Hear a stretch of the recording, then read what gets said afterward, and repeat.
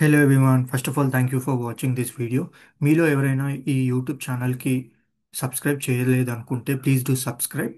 And we do also have English business analyst channel. దాని పేరు వచ్చేసి ఎస్ఎం యువర్ బిజినెస్ అనలిస్ట్. నేను channel name డిస్క్రిప్షన్లో మెన్షన్ చేశాను. Please do subscribe that channel as well for content in English. So అలాగే మన channel నుండి very soon business analyst course అనేది స్టార్ట్ అవ్వబోతుంది. So interested candidates can contact this number. Okay.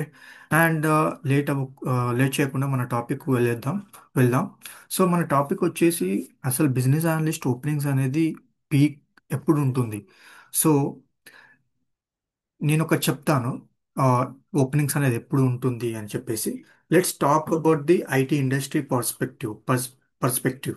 So usually every IT company ఎప్పుడు వాళ్ళు bulk hiring చేస్తారు అంటే quarter 1.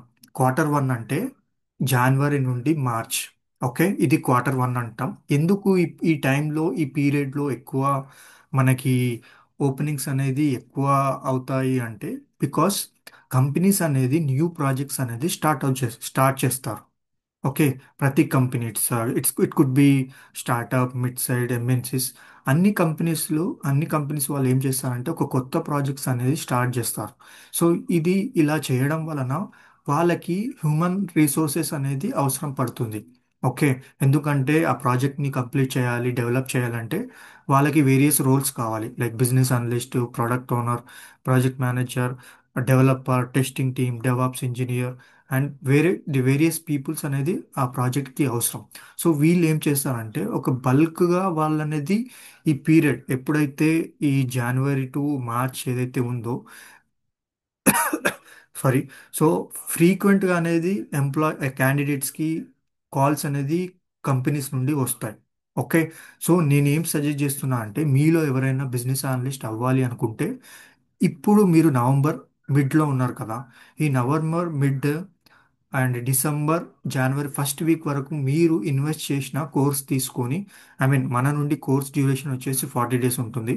So ఈ కోర్స్ ఇప్పుడు సపోజ్ మీరు జాయిన్ అయ్యారనుకోండి, within 40 days or 50 days మీరు కోర్స్ తర్వాత ఒక 10-15 డేస్ మీరు ప్రిపరేషన్కి టైం కేటాయించిన మ్యాథ్స్ బై జాన్ స్టార్ట్ మీరనేది ఒక గుడ్ హోల్డ్ అనేది వస్తుంది. బిజినెస్ అనలిస్ట్ అంటే ఏంటి, ఎందుకంటే మీరు ఆల్రెడీ కోర్స్ తీసుకున్నారు కాబట్టి.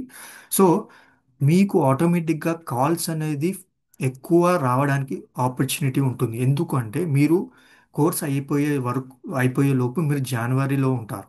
సో నేనేం చెప్పాను, పీక్ ఓపెనింగ్స్ అనేది మనకి జనవరి నుండి ఏప్రిల్లో ఉంటుంది.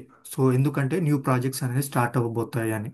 సో మీరు కానీ ఈ 40 డేస్ మీరు ఈ నవంబర్లో కానీ డిసెంబర్లో కానీ జాయిన్ అవ్వరు అనుకుంటే మీకు డెఫినెట్లీ ఒక రూట్ అనేది ఫామ్ అవుతుంది జనవరి నుండి.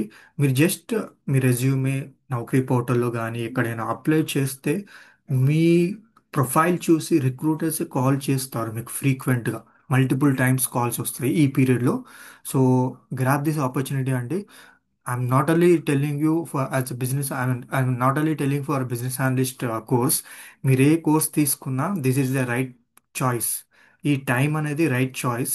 మీరు అప్స్కిల్ అవ్వండి and please do grab the opportunity. Okay. అది మీరు ఫ్రెషర్ అయినా ఎక్స్పీరియన్స్డ్ అయినా ఈ టైం అనేది very crucial for the employees to transition and to grab the new opportunities.